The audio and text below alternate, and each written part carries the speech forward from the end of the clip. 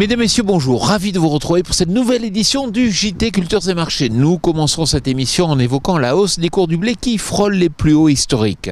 Nous parlerons ensuite des conditions sèches persistantes en Ukraine avant de comprendre pourquoi les prix du soja ne suivent pas la hausse du colza. Enfin, nous évoquerons les exportations canadiennes d'orge qui enregistrent des records depuis le début de la campagne. En franchissant la barre des 290 € par tonne, les cours du blé flirtent désormais avec les 300 € par tonne sur Euronext, un record historique qui n'a été atteint qu'une seule fois en 2008 à 303 € par tonne. La tension est extrême car les disponibilités sont limitées alors que la demande reste importante. Citons le nouvel achat de l'Arabie Saoudite de 1,3 million de tonnes de blé, du jamais vu depuis au moins 8 ans. Les prix du blé pourraient donc atteindre de nouveaux records, surtout en cas d'incident climatique. Les opérateurs de marché sont nerveux.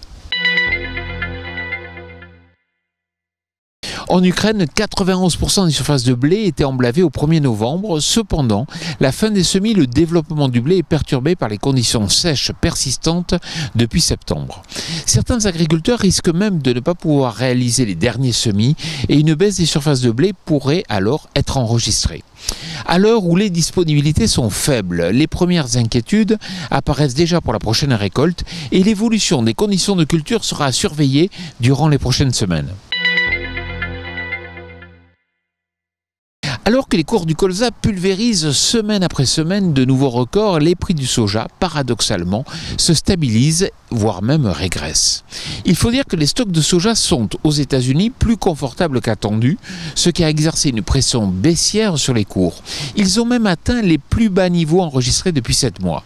Le potentiel de baisse du soja semble pourtant limité du fait de l'amélioration des marges de trituration qui boostent la demande. Cela devrait soutenir non seulement le soja, mais aussi le colza. 1 million de tonnes, c'est le volume d'orge déjà exporté par le Canada, montrant que le rythme d'exportation est bien trop élevé. Le pays a déjà atteint 65% de son objectif total d'export, contre 11% habituellement.